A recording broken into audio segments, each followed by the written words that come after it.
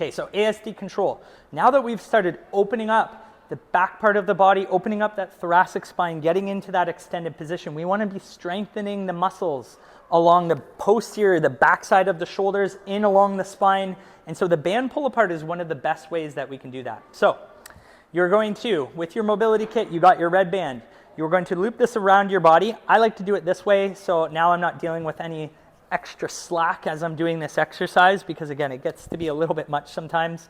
Now you can do this palms facing up or palms facing down. It's totally up to you, but I like to say shake it up a little bit. Try some different variations, but we're gonna start palms facing down. You'll notice the band sits about eye level and it finishes right around where my chest is. Coming up eye level and then finishing where the chest is. So as you can see from this position, I'm not just pulling the band here, right, where there's a gap and a space.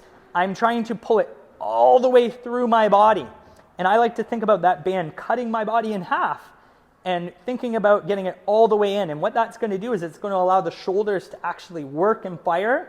So I want to think about squeezing the shoulder blades, coming straight back in and out.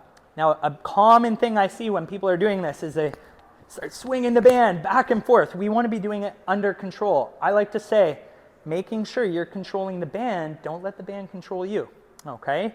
Now, one of the other ways in which we can progress this exercise is adding different movements. So I can do this kind of crisscross, where one arm comes low, one arm comes high, and then maybe alternating, squeezing that position, but making sure that band contacts the chest every single time.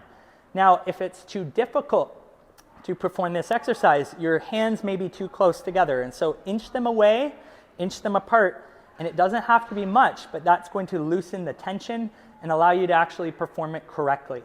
Now, another common fault I see is people shrugging their shoulders way up here like this.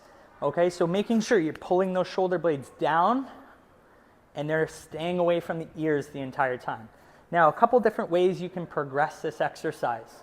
Number one is if you have the band attached and looped to something above you, one of the ways I like to do this, I call it a 3D band pull apart. And so now what I'm doing, I can start from my knees, so there's tension here, but the hands are going to be down. Now I'm working this way, and I'm going to pull that band apart. And so now we're getting full shoulder function and stress into these areas here, working all those different muscle groups.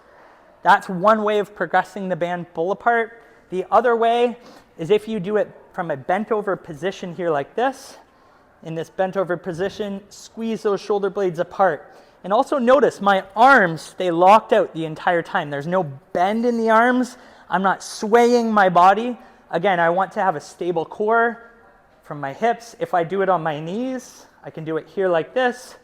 And that, again, limits any type of swinging that's going to be happening there as well. And so a bunch of different variations for you to try. Again, this is the band pull apart, an excellent exercise to strengthen the backs of the shoulders. Make sure you take all the feedback from the video, apply that, making sure the arms are straight, the band intersects with the body. Give those a try. Let me know how they go in the comments.